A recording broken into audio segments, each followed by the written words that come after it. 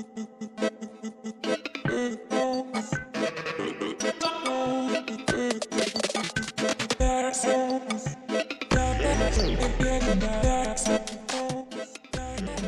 movie nerds, and welcome back to Cinematic Sarcastic, a podcast that talks all things movies and television.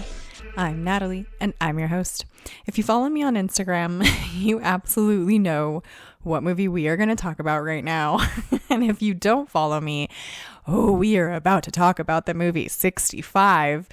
I am so, I'm giddy with excitement about this movie. I feel like this movie was exactly what I needed to snap me out of the funk of why can't they make something original? Why is everything a copycat of everything else? 65. I give you 65. Now, I'm not sure if everyone is going to love and appreciate this movie as much as I do.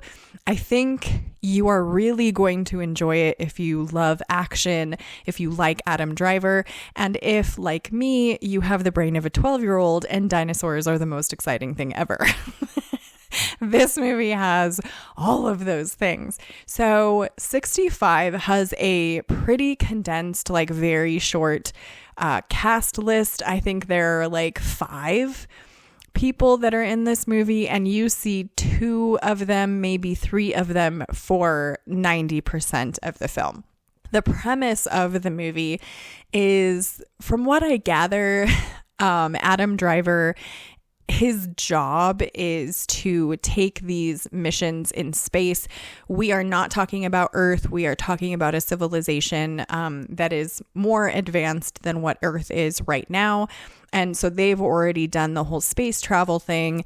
And Adam Driver's job, what he gets paid to do, is run cargo and run kind of exploratory missions and things, transport people between different planets, that sort of stuff.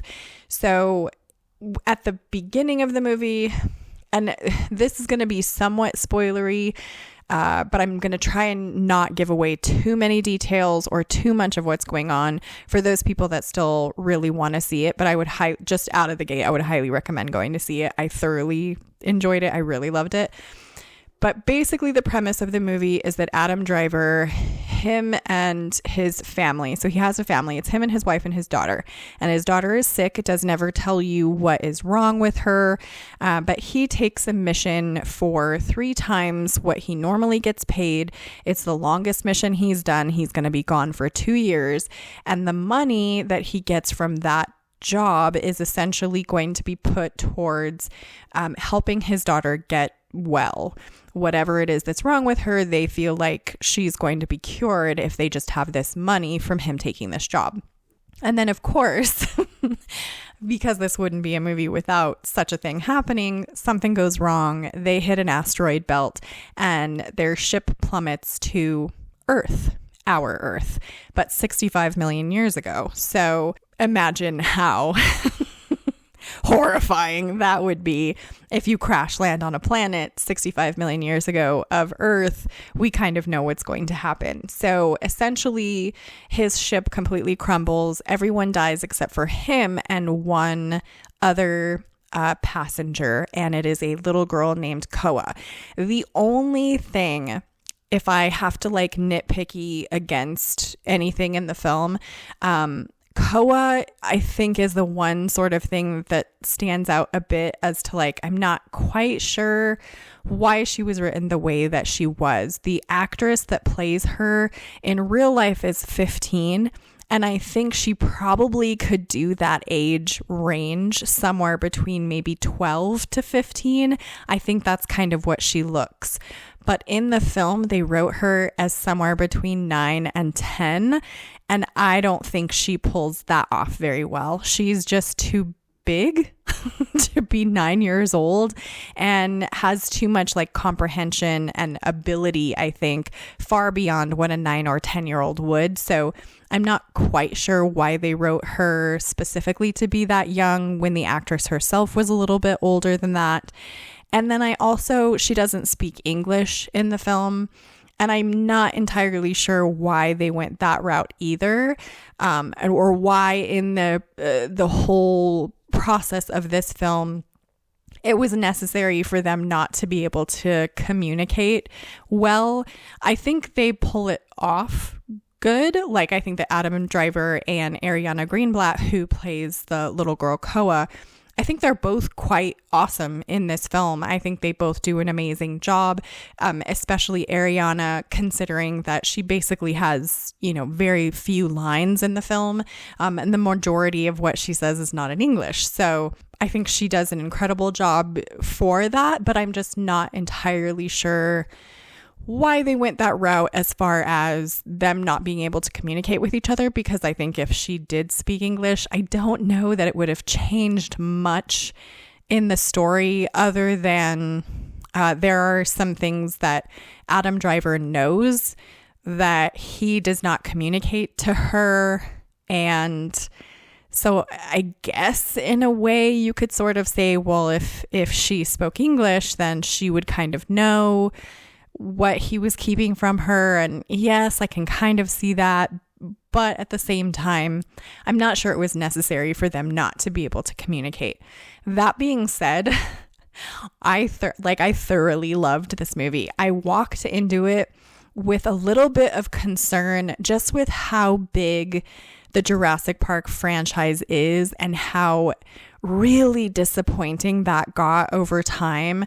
And so I wasn't sure kind of how 65 was going to differentiate themselves from Jurassic Park, still, have something that was somewhat believable and enjoyable as a film, and not kind of blur the two franchises together. And I have to say, after sitting and watching 65, there is no way I would ever confuse the two. They went a completely different direction than I was expecting they were going to. It worked perfectly. I think there was maybe one or two actual dinosaurs that you see on screen that are recognizable dinosaurs, or dinosaurs that people are going to go, oh, I know exactly what that is. I know exactly what this one is. Oh, that's a such and such. The rest of them, there were a few of them that I was like, what the shit is that? What is that? They did an incredible job. And I think they did an even better job with the creature creation than Jurassic Park does. I think that they are totally believable as far as the dinosaurs are concerned. They look freaky as shit and it works. It works. I will say, if there is another downside to it, 65 is not something that has a very complicated story. I think there are quite a number of places where they give you that pretty obvious hint about what is going to happen next, and then exactly what that hint was hinting at does happen. So it is fairly predictable as far as the story is concerned. But that being said, to kind of even that out, there are quite a number of jump scares in this movie, and every single freaking one of them got me. Every single one. Even when they were setting something up and you had this idea, oh, I know exactly, how this is going to play out. It does not.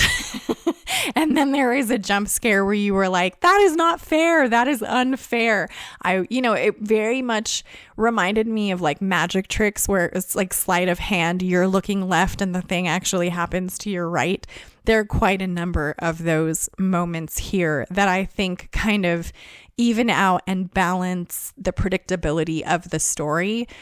And I appreciate that they did that. So I thoroughly loved it. I love Adam Driver. I was not very familiar with Ariana Greenblatt, if I'm completely honest, and I think she's definitely one to watch out for in future movies. I think she's going to have a great career ahead of her. But I will say also, just as I can't remember exactly what the movie is called. I want to say Deliverance. I know that that's wrong, but I can't remember right off the top of my head what movie it is. But it is the movie with Leonardo DiCaprio where he's like a mountain man, and basically the entire movie is just him trying not to get eaten by a bear. That very much kind of reminded me of this film, because anything that can happen to Adam Driver does happen to Adam Driver. And it's another one of those things that I found just slightly annoying, is that pretty much all of the bad shit happens to Adam Driver. There is no time in the movie where the character of Koa, the little girl, has any sort of really bad thing happen to her. Not that I am in, wanting to watch little children like struggle or suffer or get hurt, but just with the circumstances, it seemed pretty remarkable and pretty unbelievable that she went through this whole thing basically unscathed. So I wish that they would have balanced that out a little bit better. I don't know, but even that is not something that I would say is terrible about this film. It's just one of those things that I'm like, gosh, he got kind of put through the ringer and she just got a little bit dirty, like it wasn't really equal footing for the two of them, even though they are together and on the same path together.